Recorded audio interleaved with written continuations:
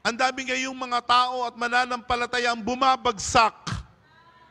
They fall, they collapse, they break apart. They return to the world para silang mga baboy na pagkatapos ng mapaliguan ay balik sila sa mga pusalian, balik sila sa putik, balik sila sa kaning baboy. We should not return to our former lives of sin, of filth, of wickedness. Stand tall, stand fast. If you will do these things, you will never fall. And in verse 11 it says there, and you will receive a rich welcome. Praise the name of the Lord. Into the eternal kingdom of our Lord and Savior Jesus Christ.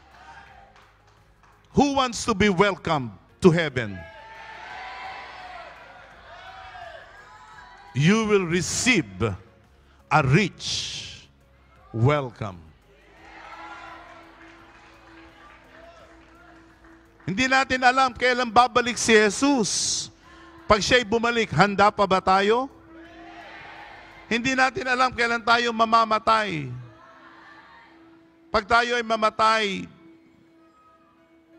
ang ating batay ating ididilat sa dalawang lugar, impyerno o sa langit. Saan mo ididilat ang iyong mata? Ididilat mo ba ang iyong mata sa impyerno? O ididilat mo ang iyong mata sa langit? Pag tayo ay tumalikod sa pananampalataya, ang sabi doon, you will not receive. But if you will not fall, you will receive a rich welcome. A rich welcome.